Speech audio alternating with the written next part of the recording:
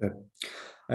Hi everyone, my name is Anthony Paul Carroll and welcome to my first ever podcast, Fitness for your mind, for your body and for your soul. And it's a privilege and an honor to have a hero of mine and mentor and inspiration, and that man's name is Geoff Thompson. Welcome today, Geoff. Thank you, Anthony.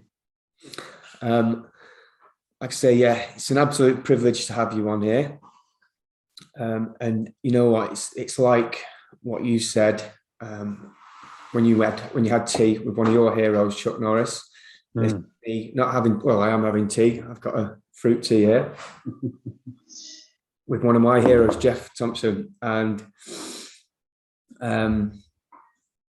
although we're not going to speak about what you and Chuck did in terms of how he sparred with Bruce Lee, we hopefully will undoubtedly have a conversation today that can help people bridge the gap between the physical, the mental and spiritual side. So my goal is to have people in the fitness industry, the mainstream health and fitness industry, realizing that there's not just a physical to train a body, not just a mindset to develop, but also a soul to feed.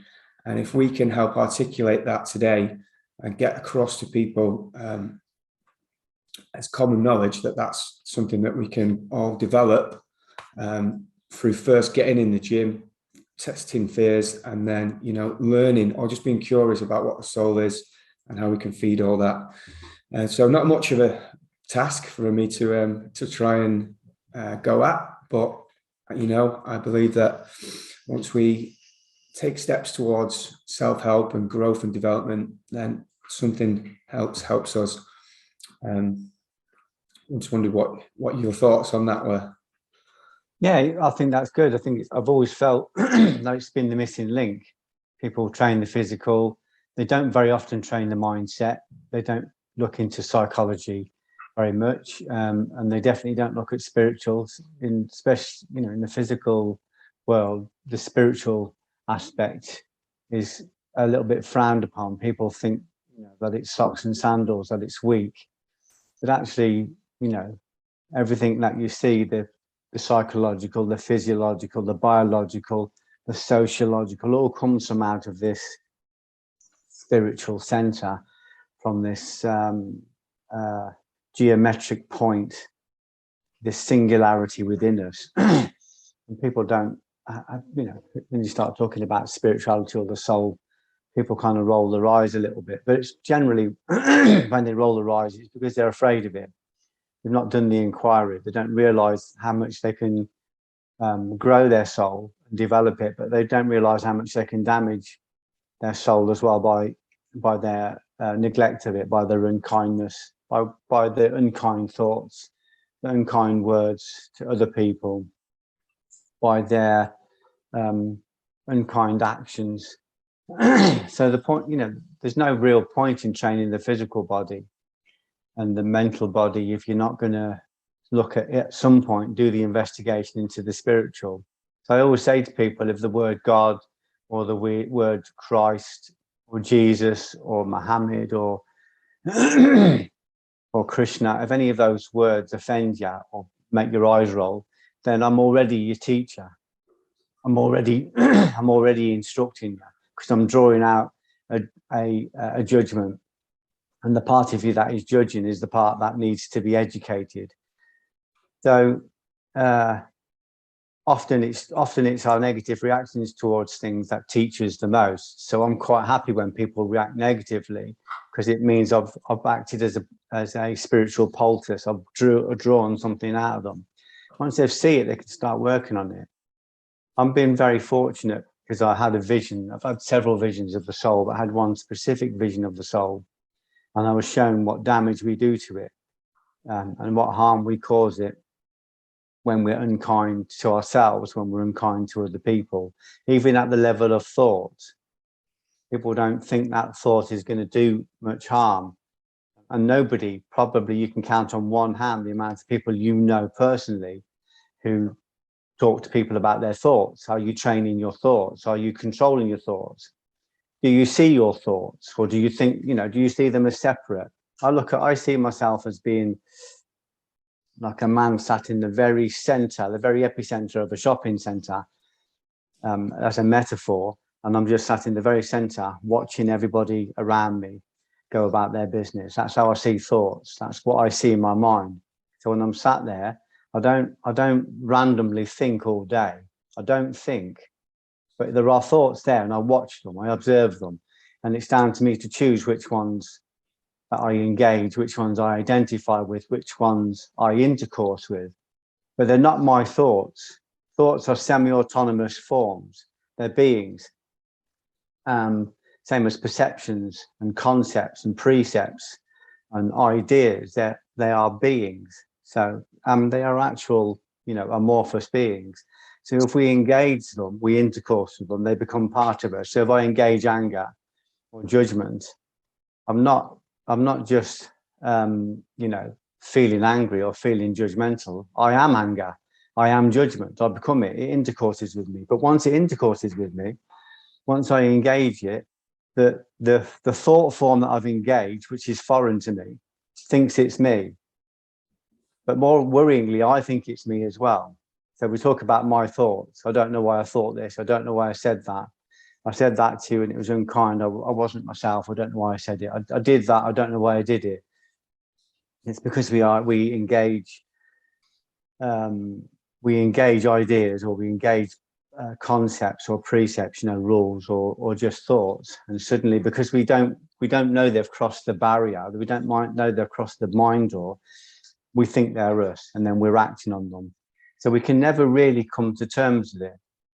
We can never really get it because we don't know it's not us. But once you start to see, if you imagine yourself as a tiny little dot in the center of this vast shopping mall of thoughts, and they're all thoughts that you can engage with. They're all looking for someone to engage with. They're all looking to find form through a person. But because people don't understand this concept, these thoughts are just constantly coming in, and people don't block them. They don't guard the mind door. So we've got to train the physical. We've got to get control of the physical. We've got to get control of the will force, which is the boss in all this. We've got to train the psychological. So we've got to understand psychology. We've got to understand why we are like we are, why we react, how we react. We've got to understand physiology. We've got to know what adrenaline means, what fear means. We've got to know that we can observe it. We don't have to engage it. It can be there. We can be full of chemicals. We don't have to engage it. I mean, I'm saying that like it's easy, Anthony. It's a very difficult thing to do, to stand there when you're attacked by the passions, to just sit and watch it. But that's the practice. So for me, rather than lifting a very, very heavy weight, and being a very powerful squatter or someone that's very physically solid, I want to have that very powerful physical center, so I can stay there no matter what the passions are. So the doors taught me to sit in the middle of the strongest passions. People are threatening you. There's lots of seduction. People are some people want to kill you just because you're there. Just because you're an authority figure. People died when I worked the door. It's a very real threat. So, and sometimes you might have to sit with fear in your cornflakes for 3 or 4 months at a time. Well, I was on the door, really, that you had fear in your cornflakes every day. So you had to learn to sit in the middle of all these passions. You might have somebody that you've upset, who's a gangster, who's going to find you and kill you, and he's threatening all these different things. You've got to sit in the middle of all of those passions and hold your mind up. If that goes in and comes across, you're lost, you're gone, because you've allowed a parasite or a vampire across the threshold, and suddenly it's consuming all of your energy, all of your thoughts. So I'm not saying that this is the first thing you have to teach people, but at some point this has to become a part of the training. But we can't train people in that if we don't understand it ourselves. If we're still engaging in negative behaviors, if I want to tell people they can change the world, but I can't stop myself from accessing sexual pornography or I can't stop myself from thinking about another woman when I'm having sex with my wife or my husband, if I can't stop myself from overeating, if I can't stop myself from gossiping and being unkind, I mean, I'd only have to look at somebody's Facebook page or their Instagram page or their Twitter page to know exactly who they're not, because all that negative stuff would be immediately, that's the fat that needs to come off.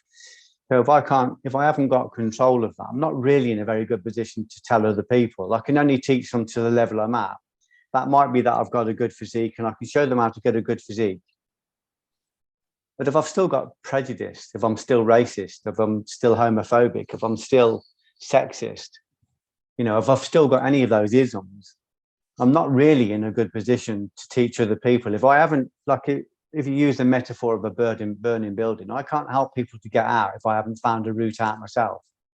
So the idea of the Bodhidharma, the teacher, is that he escapes the burning building and he gets outside and he's lying on the grass. He's thinking, I've escaped. And he thinks, oh, I've just remembered my friends are still in there. My family is still in there. Strangers are still in there. They don't know the way out. So you can go back in and you can say, I know the way out. This is the way out. If you don't have to follow me. I'm not looking for converts. I'm just saying, if you want to come out, I know the way. So that should encourage us to become, better at what we do, to educate ourselves. Because it's not, the problem with people in the world is not really, it's really just down to one thing, and that's ignorance. This is the same thing that Confucius said, not Confucius, Aristotle. And it's the same thing that the Buddha said. They've reduced everything down to one thing, ignorance. And not ignorance in like you're ignorant, but ignorance in the fact that people don't understand. They don't understand the rules of the world. They don't understand causation. They don't understand their own body. They don't understand their own bodily reactions. They don't understand thinking. And again, this isn't a criticism. It's not a judgment. I'm just saying, if we're going to thrive in this world, let's at least know the rules. Mm. And it's no good taking my word for it, because I'm a liar.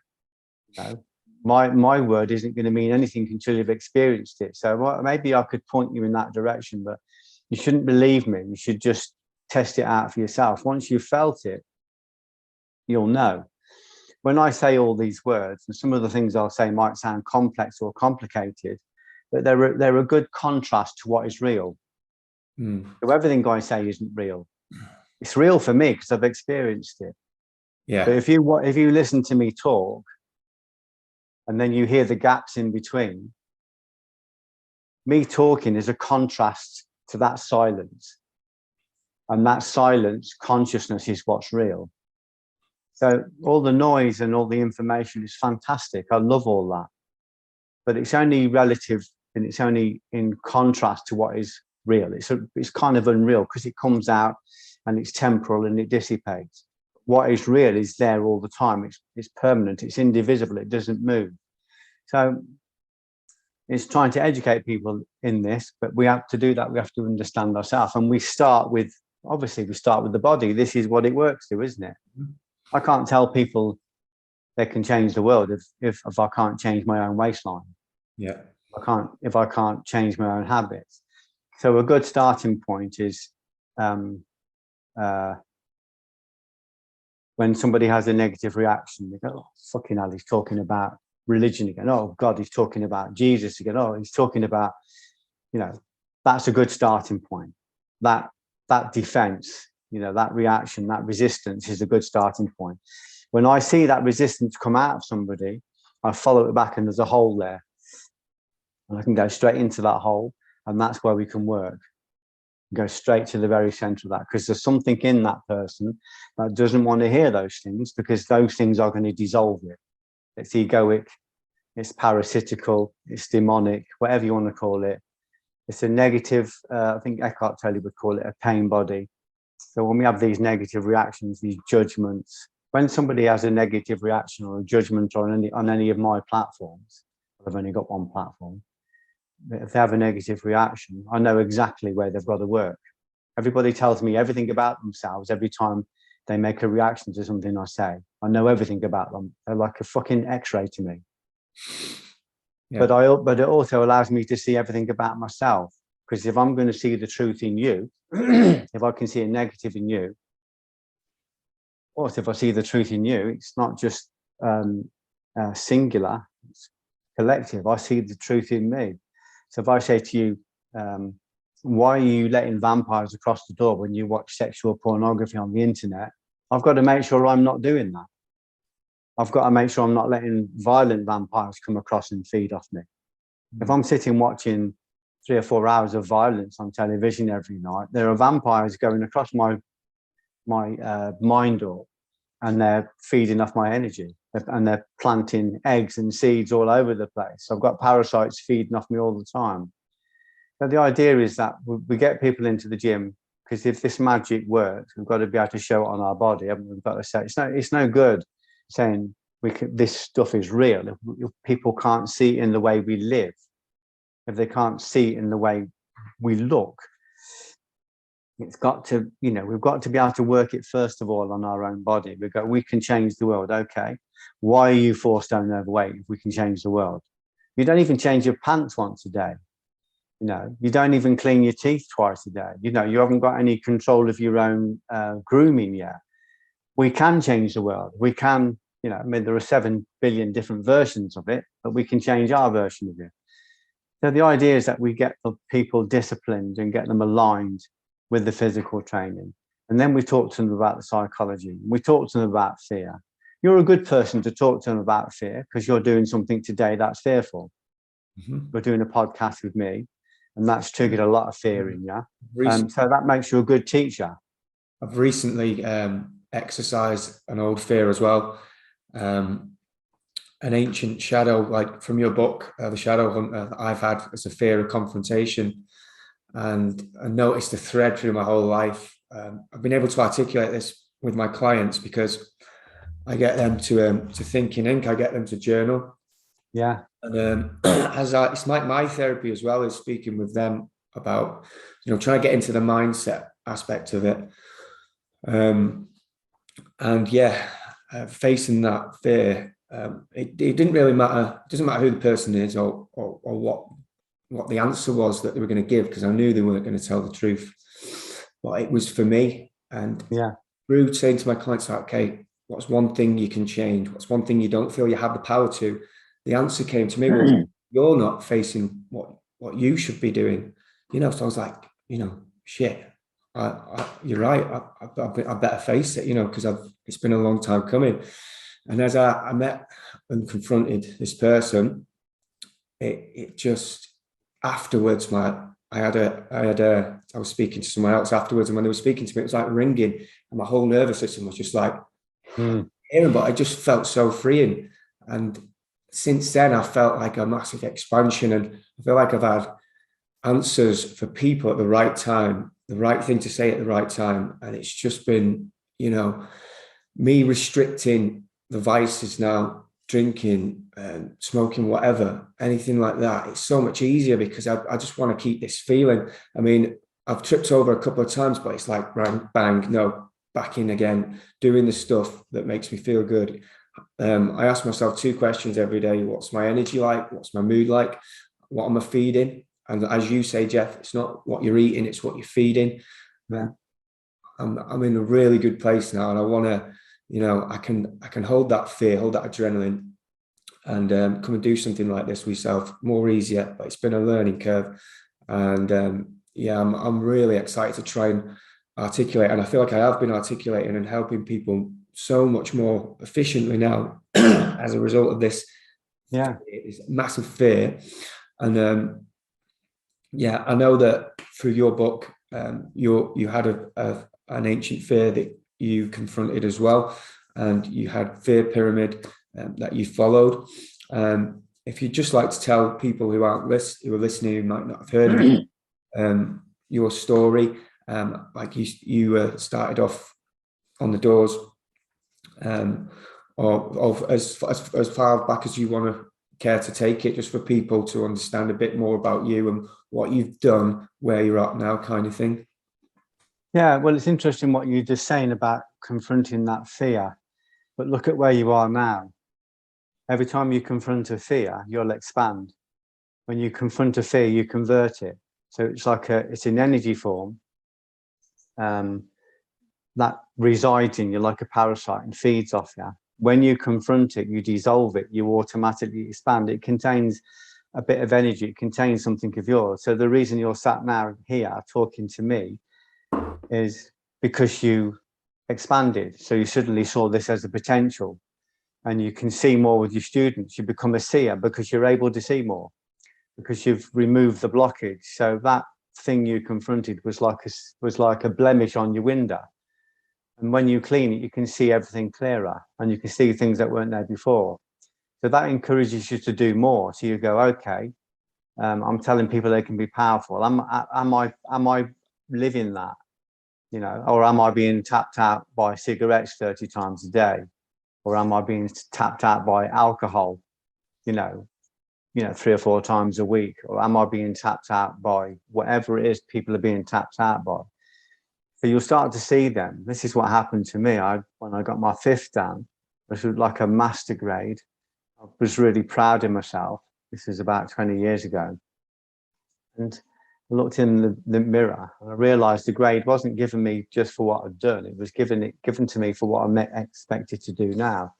So the grade itself acted as an expansion, and I was able to see myself as I was about 5 stone overweight. You wouldn't have probably known because I carried it well, but I was 5 stone overweight. I was addicted to sexual pornography. I was profoundly insecure.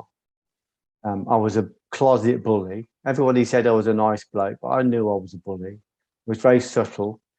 I was ignorant. I was judgmental. I was, I had lots of good traits as well, but I had lots of things that I'd been carrying that I've just not even looked at. But believe me, every one of those things that I confronted and converted enabled me to expand more and more until in the end, you were able to help people because you could see them. You could look at them. Like if someone come into the gym, you could look at them immediately and do an assessment and say, this is where we can help you. This is where you can trim down. It's obvious. You can see it. You can see it in their body weight, in their body size. And it's the same spiritually. Once you start to see more and more, you're able to talk to somebody and automatically see what they need to work on because it comes out of every pore. So for me, it started when I was younger and had this massive urge to create, but a huge fear about creating. But lots of blocks, lots of beliefs, lots of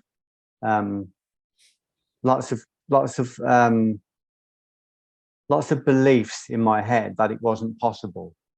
And I kind of knew it was possible, but the belief was stronger. The belief in impossibility was stronger.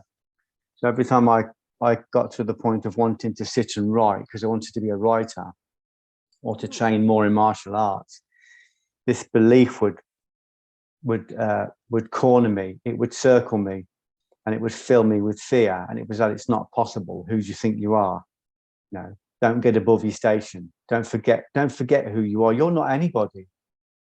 But he said this to me when I was a kid, and it stuck.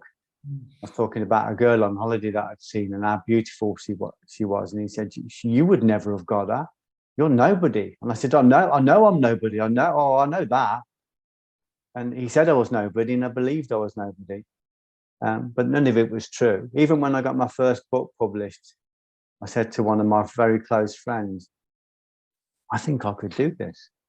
I think I could make a living doing this. I think I could write full time. And he says, don't get above your station, Geoff. He said, you've had a book published, you've had a bit of luck, but bloody hell, don't get above yourself. And I said, oh no, I know what you mean. I know. And then I went away and thought, no, I know it's possible. I know it's possible. I've got a book published. If I've got 1 published, I can get 2 published. I can get 10 published. If I can do a book, why can't I write a film? If I can write a film, why can't I write a play? If I can write a play, why can't I do a musical? My wife always laughs because when I said to my friend I was going to do a musical, he said, musical? Like you? Even when I started writing books about the door and I started to go into other areas, people would say, stick to what you know, Geoff. Don't get it, even then, don't get above yourself. Like, well, if I stick to what I know, I'd still be working in the factory, Yeah. So the idea for me was that I had all of these things I wanted to do, but I was afraid to do them. And the fear was overwhelming, because as soon as I got to the periphery of a new perception, these fears overcrowded me and they triggered a depression. And the depression frightened me. As the one thing that frightened me was adrenaline and depression. So I had this particularly bad depression. I was young. I got a young family. I remember being in the bedroom of this terraced house with paper peeling off the walls. I had no real discipline, I had no real control of my will. I was still overrun by fears and by the passions. They used me like a human buffet. These passions used me like a human playground. They just came in and they took over. And I just remember thinking, I can't live like this anymore. Can't live like this. I've got to do something about this. And I thought, I've got a family. I've got kids. I need to be able to provide and protect. I need to be able, I need to at least be able to show them how to live in the world. I can't live in the world. I'm afraid of the world. So the moment I thought that, this idea fell into my head like a coin falling through water. Write down everything you're afraid of. Draw a pyramid. You see it with steps. And I put my least fear on the bottom step and my worst fear on the top step. And I systematically started to confront the things I was afraid of. The first thing I was afraid of was admitting that I was afraid. Because up until that point, the reason I wasn't able to develop, because I wasn't brave enough to say I was afraid, because I was a black belt. So I shouldn't be afraid. Yeah. People thought I was tough, so I shouldn't be afraid. But I was afraid. I just said, well, I'm afraid of lots of things. So I wrote these things down on the pyramid. Yeah. And I started to confront them one by one. So if I had a fear of spiders, I'd find a spider and pick it up and put it down and pick it up, and I'd get desensitization to it. But every time what I didn't realize at the time was every time I overcome a fear, it's not just like I removed the fear, it's like I converted. So if you imagine a fear is a concept that resides in your body like a parasite, and it feeds off you. So it's like you're keeping it. It's like you're keeping it rent free, and it's feeding off you. When I was able to confront that fear and overcome it, and I no longer feared it, all the energy that was in that fear came across to me. So the fear was liberated, it's gone. And the effulgence that was locked into the fear came across to me, which was consciousness, and I expanded. So each time I converted a fear into spiritual light, I was able to see a bit more. So the next fear I confronted was a bit easier. And then the next fear a bit easier. And then as I started to climb the pyramid, I realized that lots of these fears were placeholders. So they weren't the things I was really afraid of. Below these fears were these invisible, covert fears. I was afraid of my wife. I was afraid to stand up to her. I was afraid to stand up to my mom. I was afraid of strong women. I was just afraid of middle-class intellectuals. I was, and they're the people that give us life, the doctors who look after our health, the bosses who pay our wages, the government who govern the country. So I was afraid of all of this intellectual stuff. So I started to write that down on the pyramid, and I started to confront those things as well. So I started to educate myself. I started to stand up to my wife. I started to stand up to my mom. I just kept converting these fears, and I could see more and more. And because I could see, I was attracting lots of students because they could see I could see, and I could help them. I could help them to the level I'd help myself. And at the top of the pyramid was a fear of violent confrontation. So I took a job as a nightclub bouncer to overcome this fear. And again, it was about converting energy into knowledge. And it's real knowledge. I'm not talking about wisdom or even understanding. I'm talking about a conversion into knowledge, certainty. When you overcome a fear and that fear is no longer there, you are certain you've overcome it. There's a certainty, and that certainty has a signature of God in it, has a signature of the divine in it. So with this certainty, I was able to go out into the marketplace and work with people and help them, because I can say, well, it's like Musashi says, if you can overcome one fear, or if you can master one thing, you can master all things because the signature is the same. Yes. So I would just use that same process. I went on the door, became a bouncer, and I spent probably a decade there. So I went from being afraid of a spider in the bath to standing and controlling a nightclub door in one of the most violent cities in Europe. So they might seem that as though they're very disparate fears, but actually they're only separated by degree. There's the same thing. It's the same feeling. It was just the same evocation of adrenaline. So I learned to control adrenaline. I learned to sit in adrenaline. I learned to sit in that discomfort. I learned to hold my center. I built a center, and that's what enabled me to become a bouncer. That's what enabled me to write a book. That's what enabled me to go on the doors, to go on the television and talk to people, and on the radio. It's what enabled me to stand in front of big crowds and talk, because I had the center. It didn't really matter whether I was facing a spider in the bath or whether I was facing a fight on the nightclub door or sitting in front of Richard and Judy on the telly. It was the same feeling. Hold the center. You can't hold the center if you don't know what the center is. Most people haven't even got a concept of that. So the fear pyramid was what changed my life, and that fear pyramid was a grace. It came because you know why it came? It came because I thought more about my wife and children than I did about myself. I wanted to be able to provide and protect. I wanted to be able to teach them how to live in the world. So the main thing I learned was that it isn't just about overcoming a fear. It's about converting a blockage of energy or a belief. Beliefs basically run our lives. It's about challenging the belief, and it's about making the belief qualify itself. And if it can't qualify itself, then it's automatically converted into an expanded perception. So there are lots of different realities, and they're all separated by perception. Perception is just ideas that we pick up through the senses about the world around us. But most of the ideas we pick up from information on television, from newspapers, from the people we sit with. So they're very limited, very subjective ideas. So if we're going to do anything in this world, we need to start challenging those perceptions. We need to start challenging. We need to stop taking yes for an answer and start building to other levels of perception. So my level of perception when I was in my mid-20s was that my life was going to be working as a factory worker for the rest of my life, in an unhappy marriage, living in a terraced house. Maybe I'd progress to a semi, and I would always be curtailed by fear. That was the boundary of my life, fear. And fear is about ignorance. Fear is about not understanding. So as I started to understand more, I got more excited to understand more. So I started to have experiences on the door. I started to find out, for instance, like I was in martial arts, and everyone in the martial arts, all of the gods of martial arts said, this is what works, this is what's real. When I went on the door, even just as a novice doorman, I knew that was wrong. I knew it was a lie. I knew it was an absolute lie. I don't think they deliberately lied to me.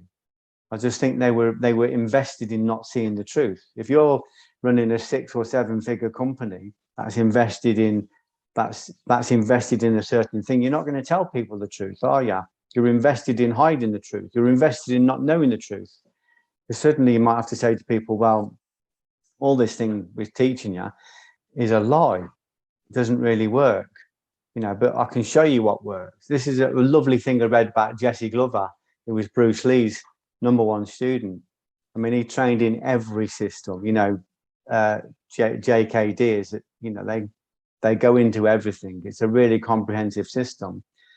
But he said he started working with some bouncers and he was so disappointed. He said, these guys are going through hundreds of fights with one punch. They're just preemptive. They just hit first. He said, they're phenomenal. And he said, it's been reduced to that. And he said, all this stuff I'm doing is a waste of time.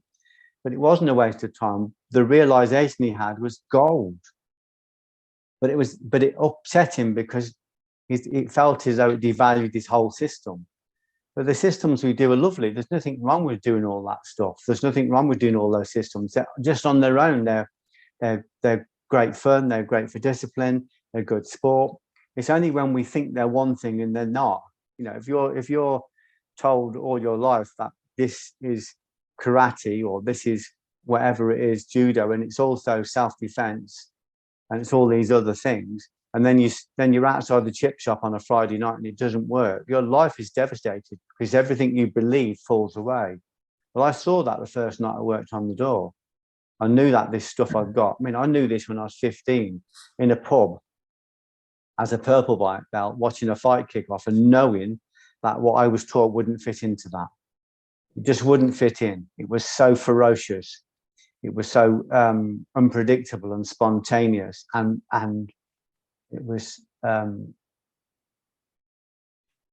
was the word Bob Breen would use? It was so messy. And what we were taught was so neat and linear and so full of rules.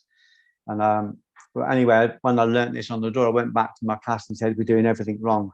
We're going to change everything. And that's what I did. But I had to go against my system. I had to go against my teachers. I had to go against the lineage. I had to go against everything because everything around me was saying, no, this is what's real. It's not that it's wrong. It's just that you're doing it wrong. And I knew all the people that were teaching me. I knew they weren't living it. They weren't living the karate. They weren't living the Buddha. And it wasn't a judgment. It was just a realization, because I love these people. Some of them are still my heroes. But I had a responsibility to find the truth, and I found the truth, and I started teaching the truth. And that tiny little bit of truth I found on a nightclub door in Coventry, in the armpit of Coventry, spread across the world. I said in the end, I got invited to Las Vegas to teach for Chuck Norris because he saw the truth. He saw truth in what I was teaching. But people don't want to see the truth because it would shatter everything they believe, everything they know. It's like a paradigm shift. But for me, it was so obvious. But then I thought to myself, well, if I've been lied to about that, and by people I love, who are not even aware that they're lying, only subconsciously, what else have I been lied to about? What else is possible? What else can I do? What else can I go out and challenge? And I realized that everything was possible. If you can stand on a nightclub door and you can face, life and death situations with no exaggeration. Like I said, 4 of my friends were murdered during that time. So if you can face that, what else can you do? I mean, I can go on Richard and Judy, can't I? I can go on Holly and Phil. Holly's not going to kill me if I make a mistake, is she? She's not going to stab me. You know what I mean? I can go and do a TED talk. If we go and do a TED talk and fuck up, I'm not going to die. I'm just going to fuck up. And in fact, when I did my TED talk, I did fuck up. And the audience was so kind. They were so supportive. I just said, I've made a mistake. I've lost my way. I'm going to start again. And everybody broke into spontaneous applause. They were on the edge of their seats, willing me on. It was so kind. So you just realize that everything's possible. Everything's possible. So you start to realize that thoughts are beings, words are beings. They're semi-autonomous thought form, so they've got some autonomy, and they're real. In a panpsychic universe, everything is sentient. Everything has consciousness. So when we start to engage certain thoughts, they can dominate our whole life. An idea can quickly become an ideology.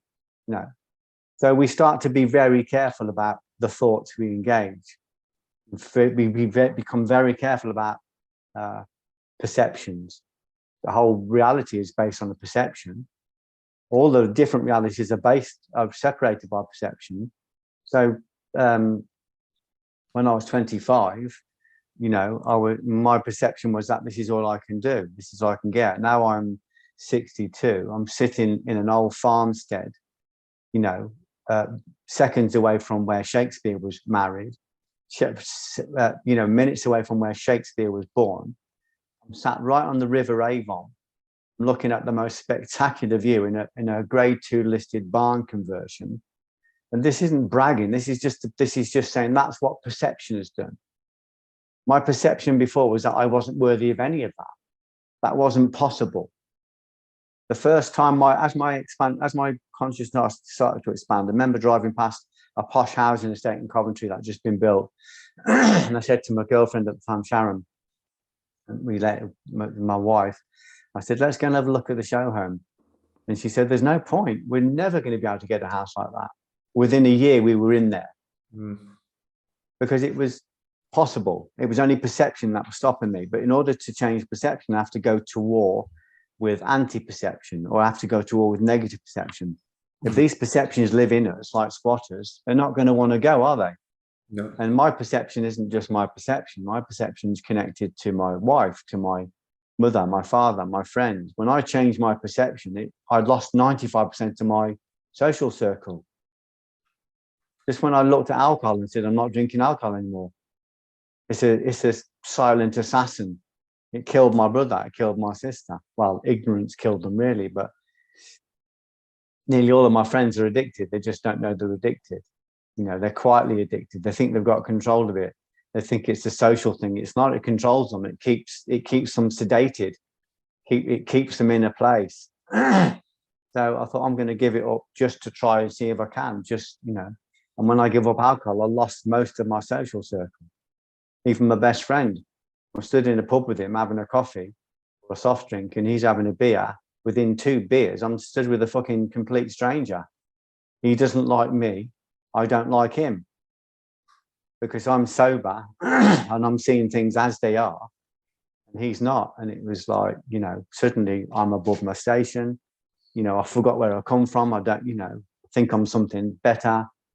I said to one of my friends, it was like a, a fellow martial artist, one of my teachers.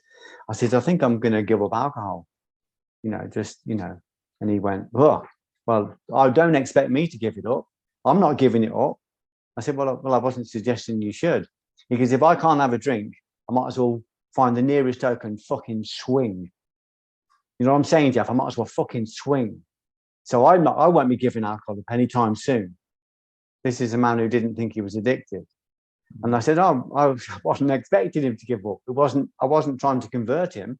I was just excited by this new technique I'd found. It wasn't a sidekick or a punch. I was just thinking, I'm going to try and control my will and stop drinking. And of course, I haven't drank since, which is, I don't know, about 30 odd years ago. But, you know, so as I killed my addictions, my consciousness expanded. So if you imagine that all of your power is lent out to all of these beliefs and perceptions and concepts, precepts, rules, you know, beliefs especially, if we recognize that it's lent out to them, when we take all of these loans back, we suddenly expand in awareness, and we can see the world in a different way. So then you get to the point where it doesn't really matter what house you live in or where you live. It doesn't really matter what car you drive. It's just about expanding consciousness beyond the temporal world. So I'm much more interested in beyond this world. So as you contract the fossil fuel of normal perceptions, you expand into the rocket fuel of spiritual perception. So you become more spiritual, more soul than you are human.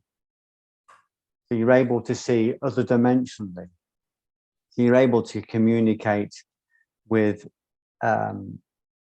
incorporeal teachers, the teacherless teaching.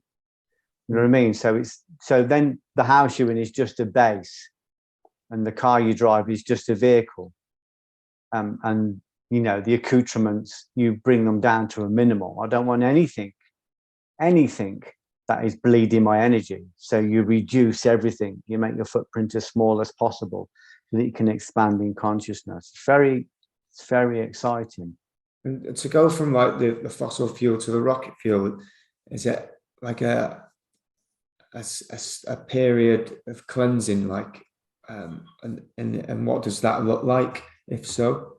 Yeah, that's very perceptive. Yeah, it is about, it's recognizing, you know, if you look at the story of Odysseus, when he comes back from the Trojan Wars to his home in Ithaca, he comes back, and he's been away at the wars so long that his family don't recognize him, and his kingdom's been overrun by by thieves and robbers and warmongers, and they're trying to court his wife.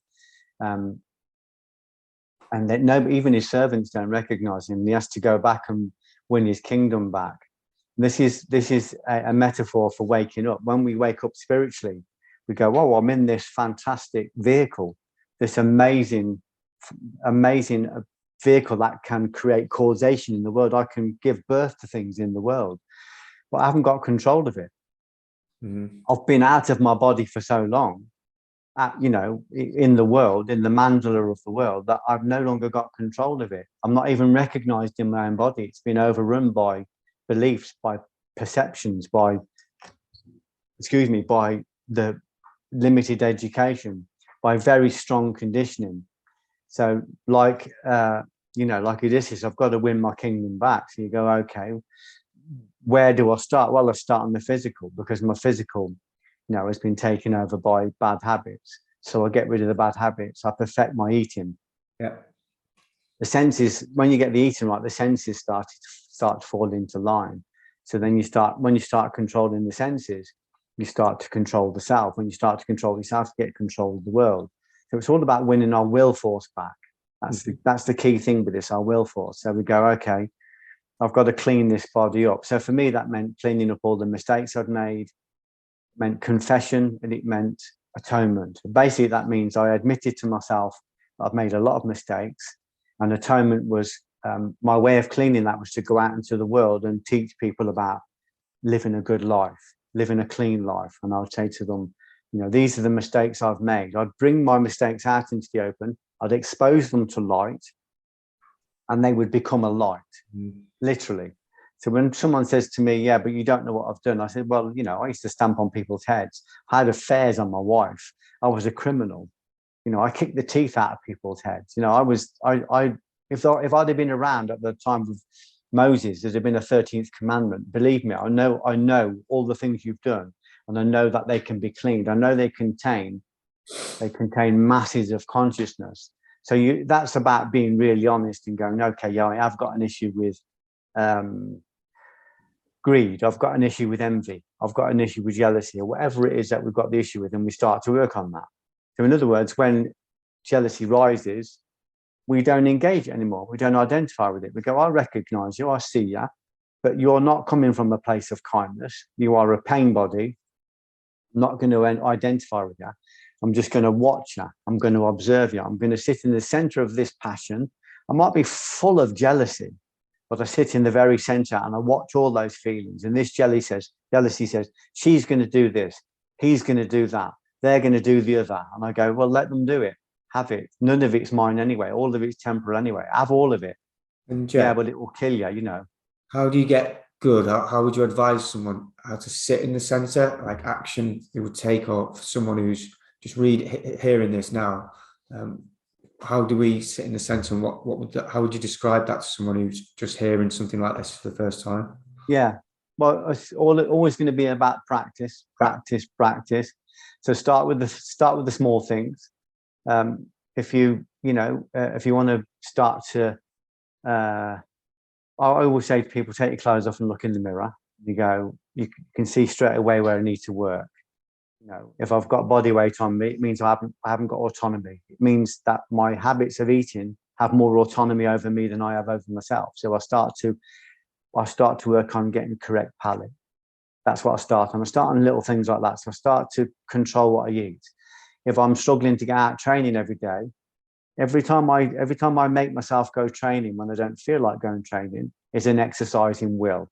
So you'll have the feeling of wanting to train, the feeling of not wanting to train, and you put your will between those two forces and it creates light. So we practice by doing those things. Maybe you don't want to shower every day. Maybe you don't want to clean your teeth every day. Start with those things.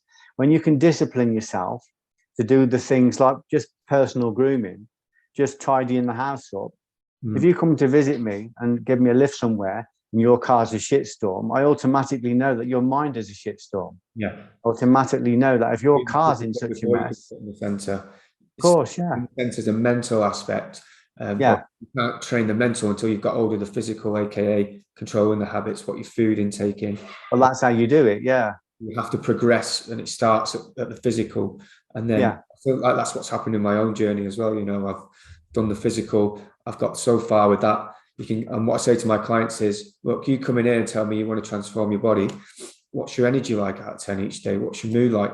You're trying to build something externally, but it's like building it on you know, building a house on sand, isn't it? You've Yeah. got to do the work physically first, and then I'll say, right, okay, now you're in a good place, that we've built your energy up, you're getting good sleep, you're looking after your stress, all these key factors. Because once you've done the work there, you can then, you know, create solid foundations, results that you're going to keep. Yeah, start off really small. Start off just by cleaning your teeth every day. Start off by, if you're not kind to your wife, if you're snappy with your wife, stop doing that. You know, if you're impatient with your dog, if you find yourself judging people as you're walking down the street, don't practice. You know, Gurdjieff would call this self-observation. We start to observe ourselves. Right. And start to be. Good. Yeah, write it down. I love the idea what you said about put your thinking ink. Yeah. And I would even say, put your stinking ink, you know, all the stuff you don't like about yourself. Brilliant. Write it down. I'm going to work on that. I'm not kind sometimes.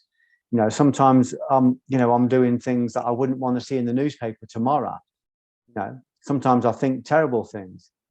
People even say, you're talking about you now as well. So even you're not immune to still having these thoughts, or they're pressing against the glass all the time, of course. Yeah. You've got negative pressures and positive pressures. My job is to create a will. If you imagine a light bulb, can you see a light bulb? You've got the negative terminal and the positive terminal, and they're connected by a filament. Mm-hmm. That filament has been tempered to it's got a very high burn rate. So our soul, or our will force, the body of conscious will, they call it, is what connects these two forces together. So we need those forces. They're always going to be there. It's not like you get rid of them. It's just that you convert them. So if you look at a light bulb, you've got positive and negative, and they're connected by this filament, and that's where the three together create light. So we do exactly the same. So we have a part of us that really wants to do something, a part of us that doesn't. And when we make ourselves do it, that's us using our causal body. You could call it the mental body or the intellectual body, but it's a bit deeper than that. It's what they call the causal body, the body of conscious will. In other words, your will force. You use your will force to make yourself do the thing that you don't want to do. Then that means you've got autonomy. So if you get up at 4 to meditate, that takes a tremendous amount of will force, because it feels like death at 4 in the morning.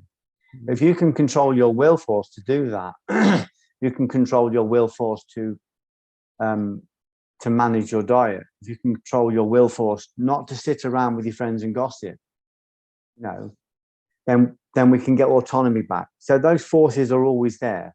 Yeah, those forces are always threatening. But there's a lovely line in Rumi where he says, there is a field beyond good actions and bad actions. I'll meet you there. So if you imagine bad actions, good actions, and then this field of light, which is beyond them. So Rumi's saying, let's meet in this place beyond. In other words, when I connect my will force to positive and negative, there's no longer positive and negative. There is just light. So in Judaism, they say friends meet in a narrow place. Same thing. If you look at a filament across a light bulb, very thin, very, very thin. It's very narrow. The narrow gate, it's the will force. So if we place a will force between these two other forces, we've no longer got an enemy and a friend. We've no longer got dark and light. We've no longer got good and evil. We've just got friends. Everything is converted into light. So that's the key. That's what Christ would call the pearl of great price. It's the kingdom of God. They're all metaphors or parables for us to find that will force. And if you want to know how it feels and what it is, I can show you right now. I can say to somebody, okay, you want to have a feeling of what it actually means. Tomorrow morning, if you normally get up at 7 or 8, get up at an hour earlier. And just when you wake up, just see how that feels. You'll have a part of you that wants to get up and a part of you that goes, what the fuck are we doing? Why are we doing this? This makes no sense, you know, and it'll come up with a million excuses. When you can observe those forces and place your will between them and still get out of bed consistently, or you can still sit and make yourself sit and meditate, or you can still make yourself eat less. When you can place your will force between those opposing forces, that's what it feels like. So if I said to you now, there's somebody listening to this now specifically who needs to listen to this, and I said, okay, you're going on holiday tomorrow or next week, and you love a drink, go and have a drink for 2 weeks. What does the reaction bring out in you? Just exercise your will. I'm not saying give it up forever, just exercise your will. Try not to have a drink for 2 weeks. Watch the opposition. See how much opposition rises in you. I've earned a drink. I'm on holiday. I'm going to let go. I'm going to enjoy myself. There are going to be all these excuses. So you'll have this very negative force. And there'll be a positive force that's saying, oh, there's probably something here. If you can place yourself between those two, that's an exercise in will. But to do that, you've got to consistently do it for the rest of your life. But we start off, if you don't brush your teeth every day, if you're not looking after this magnificent vehicle, if you're not, you know, cleaning your body and keeping on top of it, if you're filling your mind with the university of soap opera, 5 hours, 6 hours, 7 hours a day of shit on the telly going into your mind, you know, try and stop doing that. Try and stop watching it and just watch the opposition. Watch how people react and defend their right to be limited. Everything we're receiving through the normal channels is subjective and limited. Yeah. It's not a conspiracy. I'm just saying that that's what it is. It's lowest common denominator. And you're not going to get anywhere on lowest common denominator. So I'm saying if you can start to use your will to start pulling away, start reducing those. So instead of watching 5 hours, 6 hours of television every night, why don't we use 5 hours, 6 hours? Can you imagine how much learning you'd get if you studied for 5 or 6 hours and not? University students don't do that much. You know, so it's the opportunity to to understand and to grow is tremendous. It's massive. So we can exercise our will just by cleaning our teeth every day, just by getting our grooming right every day, just by the big thing obviously is getting the food right. That's very difficult, but there's a good way to start. You go, okay, I'm overeating.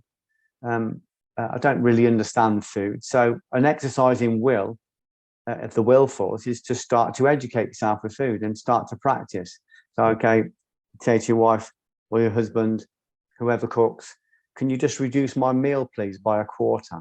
Just a quarter. Just give me the same food. Just a quarter. Just give me a quarter less. Watch what a difference that makes. So you're starting to master your palate. You're starting to get autonomy back. So like Odysseus coming back from the Trojan Wars, we wake up and realize we have no control of this vehicle. If we're going to break through the stratosphere of perception to higher perceptions, to other realities, which exist within this reality in the same space, if we're going to break through them, we're going to need fuel. And we're not going to get there on fossil fuel. I said to my friend once, who was a jet pilot in the Navy, I said, it's probably an ignorant question, but what's to stop you just flying out the stratosphere? He said, fuel. He said, I haven't got the fuel to fly out the stratosphere. This is kind of the fossil fuel. He says, I would need rocket fuel. I'd need a different kind of fuel to get me out the stratosphere. He says, in theory, I could just fly out, but I haven't got enough energy. So if we want to go to other dimensions, we have to change perceptions. We need energy, and that energy is already there. It's just being consumed by lots of negative things. So we need a spiritual energy, and we're only going to get that if we convert all of our negative habits into positive. I mean, I've got what I've started to say to clients is now to become a badass in the physical, the mental, and spiritual side of it. First, we need awareness, then the intellect, so you can think in ink or stinking ink. Then we need to challenge that on ourselves. So do a 7-day challenge with yourself based around what you've wrote down in your journal kind of thing. Yeah. And then you will, like you say, don't take my word for it, be your word yourself. So if you've got this list each day when you're journaling of things that, you know, you feel are limiting you, or things that you should be, you're aware that haven't served you, or, you know, bringing you down, then you write a 7-day challenge of how you can get through that. And waiting for you on the other side of that challenge, like you say, you're going to get opposition, is expansion, is feeling good. It's like you convert suffering into joy kind of thing through doing that. Yeah. And once you do that, it's like you get help. I believe your eyes are not just lenses, but the projectors, and opportunities. People like yourself have come into my life. Started with Eckhart Tolle for me, and the power of now, to get over a heartache. And from there, really, that was a seed that was planted in me. And I feel like I've done the work. It's took me a long time, but I do something called power hour every morning, where I'll wake up, a litre of water. I'll write down 10 things I'm grateful for, 10 affirmations about myself, because I used to be not confident, insecure. So I'd write, I am confident, I am secure. I never used to smile. And as you might tell, I've got a really resting bitch face. But I used to say, I'm playful, I'm smiling, I'm passionate. All the things I wanted to be, I feel like I am now as a result of these habits every morning.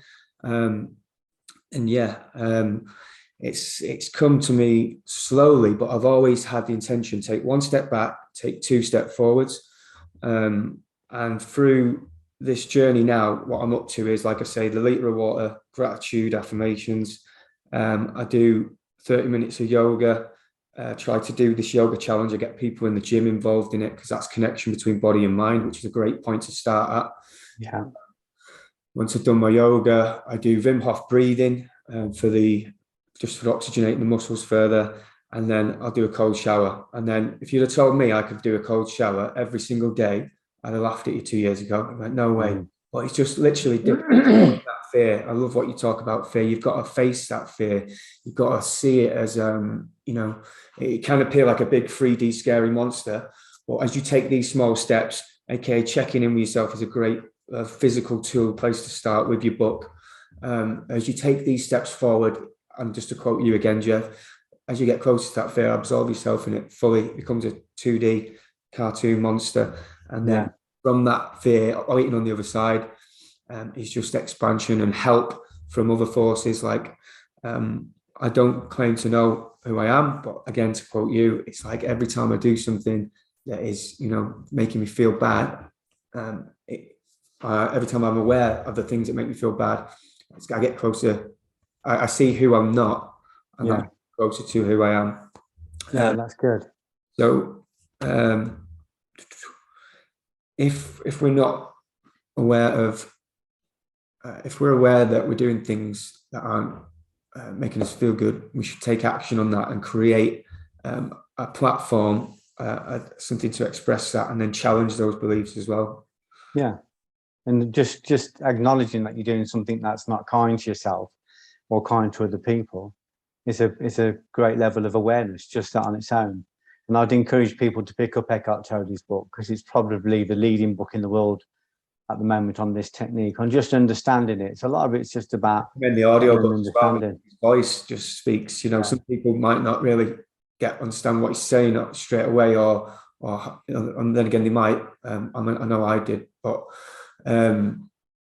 his voice just speaks in a way like it's really soothing, and it can plant a seed for you as well. Yeah, absolutely. So it's all about contracting in order to expand. So when we contract the habits, the negativities, when we contract the ego, become more selfless, the consciousness automatically expands. When we do things like meditation and mindfulness, consciousness expands. And when consciousness expands, all the negativities automatically contract. So when we expand, we contract. When we contract, we expand. So we can hit it from both angles. We're taking ourselves to a high altitude where these negative forces can't reach us. But again, it's a process. It's just getting people to start really small, and, you know, giving people a real purpose about why, you know, why it is they want to improve. You know, I don't want to improve my body so I look better on the beach. That's an intermediary purpose. You know, I want to improve my body because this is the vehicle that essence comes through. This body is able to create causation in the world at any level, any level. You know, the body of conscious will is what we use to create in the world. Anything from a business to a baby, you know, we can create life. We're creating life all the time, and we're all, if we're not in control of this vehicle, we're also destroying life. We're putting parasites out into the world if we say the wrong things, if we're unkind, and we're also causing harm, and we're causing harm mostly to our own soul, because what goes out is going to continually return. That's just basic science. It's the law of reciprocity, the law of equal and opposite returns. So once you start to understand that, you automatically start to curtail it. You start to think, that's my practice today. Just go for a whole day without gossiping. Go for a whole day without a cigarette. Go for a whole day, you know, without masturbating. Whatever it is that is your thing, whatever it is that's feeding something in you. Don't forget all of these things, don't we? We all know. I think we all know what that is deep down, but we can bullshit ourselves as well. Yeah. And being able to root that with people, because I'm bullshitting myself enough, and through thinking in ink, you get to clearly see that. And definitely. I've got a really good bullshit detector now, and I really, you know, help people to see that. And when they come to me and I say to them, look, you think you're not bullshitting yourself, write it down. And it's a really powerful habit, journaling. But sorry to. So that's okay. So imagine that your internet history was going to be made public in the newspaper tomorrow. Would that be okay? I'm not asking you personally, but just, you know, so people subtly hide from their indiscretions, and these indiscretions are not just indiscretions, they're parasites, they're vampires that go across the threshold, they're thought forms that reside in us and consume energy. That's basically it. So we don't expose them because we don't see them, and we don't expose them as being foreign or separate because we think they're us. Because once they engage us, they trick us into thinking they're us, and they think they're us as well. So I said to someone, excuse me, I said to someone the other day, how would it be about if your internet? I said, how would you feel if your internet history was exposed tomorrow in the national newspaper? He said, well, who wouldn't be worried about that? I said, that's not the question I asked. So the question I asked is, how would you feel?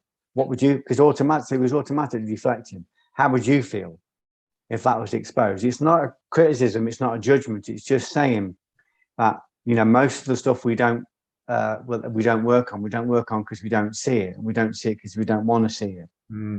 But it absolutely is torturous to the soul. Any kind of vice.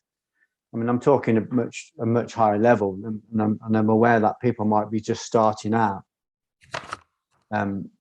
But I'm just trying to explain to people that if you really want to explore your potential in this world, it isn't difficult to see where the blocks are. Just walk towards the thing you want to do and see the opposition will present itself. The opposition is hidden. But when you walk towards the thing you want to do, the opposition will present itself. Your husband will put a cake in the fridge for you when you come back from training. Rifle test. Your girlfriend will, you know, do something, you know, to sabotage your training because your level of development is threatening her status quo. And it will be subtle and unconscious, or people will say certain things to you, but you'll see the opposition. Just walk towards what you want to do. Watch how your husband reacts. Watch how your wife reacts. Watch how your peer group react. You know, when you start to go to higher and higher levels, you'll see the effect of all of the people in the world of perception that you live in. They'll all change because you're going to go to another frequency, be in a different room, and you'll leave them behind. And it's not because you're leaving them behind, it's because they don't come with you. But you'll see the reaction from them. So we're constantly expanding, we're constantly learning, constantly growing. So we've got to educate the food body, got to educate the breath body, got to educate the mental and intellectual body. And we do all of that by exercising the causal body, which is the will. And the will is the boss. That's the boss. That's the one closest to the soul. That's the working arm of the soul. So when we exercise our will to get the food right, to get the breath right, like we said with yoga, to get the intellect right, and the mind body right, by expanding our mind, by challenging old perceptions, by challenging concepts and precepts and what the world has to say to us. That's all of that is exercising the will. It makes your will very strong, makes your will very powerful. I'm just super conscious of the time, Geoff. I wanted to ask you about the ego and the will, and because the ego is very tricky. First part of the question is, I want you to explain what the ego is to people who might not know. And also a personal question. I'm starting an 8-week transformation with a client, starts today, as he asked me to do it. And although he asked me, and I never back away from a challenge a client sets me, I can't help but think, is my ego behind it? And will it grow as I add muscle and size? Why is your ego behind it? Well, I just feel like in this life, we'll always have an ego, and I just feel like building muscle, maybe like since I had my hernia, I've stopped training, and I've just concerned myself with energy and mood because I didn't want to get injured. But then I've gone to myself, right, let's get back into it. And then there's been no real desire to do that. And I just feel like if I'm completing this goal, to transform my body again and build muscle again, is that going in back in that other direction where it's feeding the ego? Or can I just observe that as it tries to sail me and be okay? I mean, I just wanted to know what you thought of that. It's whether. So he's challenging you to do an 8. He's challenging you to do an 8 week. He's doing an 8-week transformation, and then he said, why don't you do it with me? And then I was like, right, okay, yeah. But I was just wondering, like, do you, will that ego come in, and how do you discern? Like, no, you don't have to do that extra set or rep because that's not. Yeah. Well, I avoid extremes. I don't do anything. If I see myself as a vessel, if I'm a soldier going to war, for instance, I don't take anything superfluous. I don't need, if you look at most of the really top, the really top SAS guys, SBS guys, the elite soldiers, you wouldn't know them in a supermarket. They're slight, they're wiry. They don't take anything into war they don't need. They don't take anything for show. They don't need big muscles. They don't need a big physique. They don't need all that armor. They need to be covert, and they need to be hench. So we ask ourselves, is this going to make me more hench, or is this going to put more armor on me? Yeah. So for me, it's just about, I've got smaller and smaller because it was very difficult for me to let go of all that armor, but that armor was necessary at a level of perception, in a world of perception, but because I'm not in that world anymore, I don't need that. So my henchness is about being physically hench. It's about being, my breath work needs to be hench. My my mind work needs to be hench. My causal body needs to be hench. In other words, I'm only working on what is necessary. Yeah. If I'm working on something that's superfluous, it's just going to bleed energy. If you've got a very big muscular body, that consumes a massive amount of energy. It's very fossil fuel based again. Yeah. So it's just whether that's going to be useful for you to go to the next level. Obviously, if you're teaching people physically, you're going to still need to be physical. I feel like I want to do it because now I have the nutritional knowledge to show that it can be done, and I'm vlogging what I'm doing. And I honestly believe that once I achieve that, I'm not going to be eating the amount of food that I'm going to be after those 4 weeks, after those 8 weeks, because it takes like 4,000 calories a day. But once I achieve that, I feel like I could let go of it, and I'm not, bound by that, which is great. So I suppose I've kind of answered my own question, and learned that it's not the suck it and see. Take it out for a ride and see. I suppose I'm just preempting what will happen when you see your physique getting better, and your ego go, it's just going to want to feed.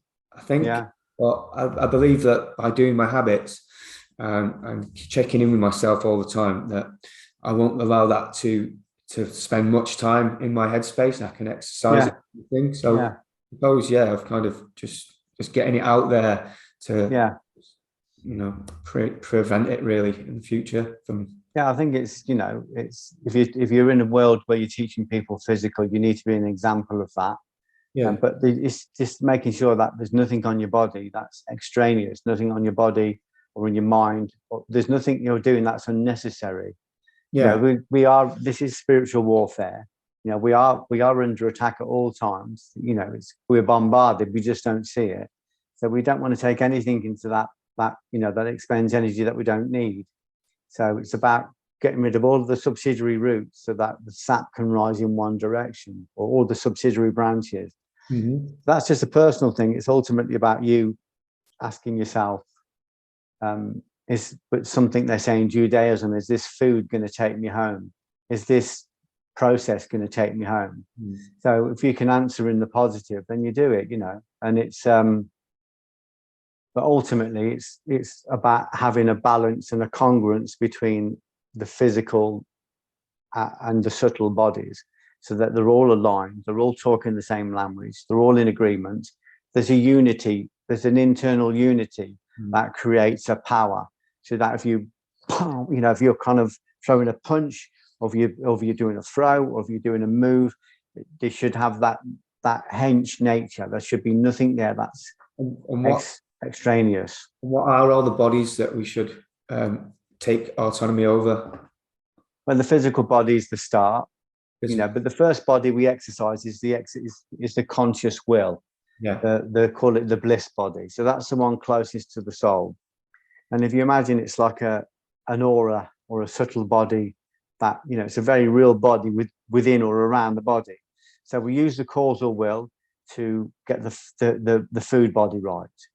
And we use the causal will to get the breath body right. So we make ourselves do pranayama, like breath work. Physical. We make ourselves study it. If we don't understand it, we make ourselves sit and read. When we do that, we expand the mind and intellect body, so that we're not suddenly sitting there being bullied by perceptions or precepts or concepts. We're not following the same rules as anybody else. We're aware that there's a game, and we play that, and we do play to the rules of the game, but it's not the game of life, it's the game outside of that. So we're not playing to societal rules, we're not looking at that, we're looking at the global rules, not the global rules, the spiritual rules. So every time you exercise your causal body, your will force, it strengthens, and we use the will force to get the other bodies into alignment. So we master the physical, we master the breath, we master the intellect and the mind by constantly expanding. And the intuition, the inner tutor, will tell you where to read. It'll tell you what to pick up. It'll tell you where to go. You'll feel it and you'll pick it up. And you might have a book that's that thick and you might think, oh God, I don't even understand this. It takes a lot of will force to sit and make yourself read it if you don't understand it. So that's all an exercise of will. But there's two things when you're reading a book that you don't really understand. There's something they say in Kabbalah. It doesn't matter that you don't understand. The devil understands. In other words, the negative forces that are sitting in you, you might not understand when you're reading the Zohar, but these negative forces understand it. It'd be like saying if you had an illness and you say, well, I don't understand penicillin. It doesn't matter that you don't understand it. The illness understands it. But also the soul reads it as a barcode. So when you're reading something that's stretching you intellectually, that's making you think, I don't want to do this, I don't understand this is killing me. If I said to you, okay, study, I want you to read full time for the next 6 months. If you're not used to it, it would be torture. Even just some people just sitting down and reading, they can't exercise their will to make themselves do it. So they'll say, oh, I'm not good on the computer, or I'm not really a reader. But this information, this knowledge is there, it's stored. And to access it and expand the mind body, we have to exercise the causal will. Yeah. So the causal will is the main thing, and it's strengthened by exercising the other bodies. But I can count on one hand the amount of people I know who can control their food, who aren't controlled by their food. And again, very few people have got their breath right. They don't understand the concept of breath. Most people aren't continually educating themselves and stretching their mind. or they're, and most people don't understand there's a causal body. So all of this kind of stuff, is just, stuff you can go out and start to explore. You can start to do the rigor. If it intrigues you or excites you, then you can go out and read a book, read Eckhart Tolle, and then see where it goes, see where it leads. I was going to say, Geoff, I know you have to go because you're a very busy man. But on that note, what would be a good entry-level book from yourself for someone who is curious about this and just thinking, I'd like to know a little bit more. I know Eckhart Tolle, The Power of Now audiobook, that's what I would recommend. Yeah. Seed, but a book from yourself for someone who, because you're like, the working class hero come good kind of thing from that perspective. What book would you recommend that they read from yourself to get them more in line with this sort of reality? Yeah, I'd say a good book to start with would be the Notes from a Factory Floor, which is my whole journey. I mean, I've written 50 books, but that one kind of covers the whole journey. Well, might I add? Again? I won a BAFTA with it, might I add? Yeah. It's a British equivalent to an Oscar, if you was wondering, guys. Yeah, it's just, again, it just shows what, if you keep expanding, and you keep growing, anything's possible. It's all possible. So I'd say have a look at Notes from a Factory Floor, and that mentions quite a lot of other books that might trigger. And I'd say if you're interested in thoughts and understanding thoughts as thought forms, as semi-autonomous thought forms, have a look at Eckhart Tolle. Then normally they mention books, and that can lead you on to the next thing, onto the next lesson. I would say start there. Yeah. Brilliant, Geoff. And just one more for myself personally. I've been reading your book, The Divine CEO, and you said about a couple of times where you don't understand it. I feel like it's really valuable because you've given me that message before about because you don't understand it and you feel frustration doesn't mean you should stop. It's a reason to carry on, and that's led me to another book you recommended, In Search of the Miraculous. Spensky. Yeah, and I had that book for about 3 years, but since you had your sabbatical and went away for 5 years, I watched your YouTube videos. It helped get me through a lot. And then when you come back and started doing podcasts with people, I was like, pick that book up again. And I've started to see signs in nature in my own life. And it's just very, very inspiring, very encouraging, but frightening at the same time. Yeah. You have to get people to think, questioning, is he a bit mad or whatever. But I know that I'm starting to attract more people outside the gym who are on that kind of similar journey, and that's reaffirming, re-strengthening my beliefs that it is a worthy task and a worthy thing to do. Is what that path that I'm on now, and I can only thank you for that. And I'm just feeling in a really good place, energy and mood. Really high, and I just want to spread that and share that throughout people. And I feel like the podcast can help do that. And just really grateful and thankful for time today and what we've spoke about. It's really it's just going to keep that mood and energy high. I'm just going to bring that into my day and use it to strengthen my will and go out there and be certain. Say it. Yeah. Say certain. But when you're next doing a walk in Coombe Abbey, I'd love to come and attend. And I've got a friend as well who's on this path as well, and I'm sure that he could massively benefit from hearing this and from. Yeah, the next one I think is the next one that I've booked is let me just double check. Hang on, I think it's the 9th of September.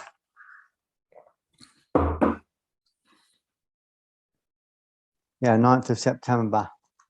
If you want to come on that, why don't you come on as my guest? If your friend wants to come on, you just give him the details. Yeah. And he can just pay whatever the normal cost is. But if you want to come on, why don't you come on as my guest? Well, I'd probably give him half the cost so that he'd come. Okay. And do that, yeah. All right. So that would be half price then, wouldn't it? Yeah, it's still win-win. You've got the email, haven't you? The details with the address on. So Yeah, so if you want to do that, just let Sharon know, because she's going 90%. to advertise. She's going to advertise it today, Anthony. So it'll probably fill quite quick. So if you want to go, let her know. Okay, yeah, brilliant. Yeah, I'm proud of you, Bab. It's what you did today is great, and what you're doing is great, and everything you're saying, you're absolutely on the right path. So there's just a couple of things I can tell that you've just got to let go of. You know, they're the challenges. The things like some of the habits that you might have, they're the things that contain a lot of energy. You'll get a lot of energy when you get rid of them. yeah. Have a look at those. Well, my friend, I've overcome my fear of confrontation, speaking in groups, and recovering nice guy, recovering people pleaser, approval seeker. I'm still working on them, but I feel I've made a lot of gains. And the person who I want to come on the walk with us, he said to me about a year ago, when I was just building my fitness business, it's like, he believes anything's possible, this man. He knows who he is from a young age. Yeah. Good friend of mine. And he said, why don't you do a podcast? And I was like, I didn't say this, but I was like, I can't do a podcast. Who am I to do a podcast? You know what I mean? And then he was like, right, okay.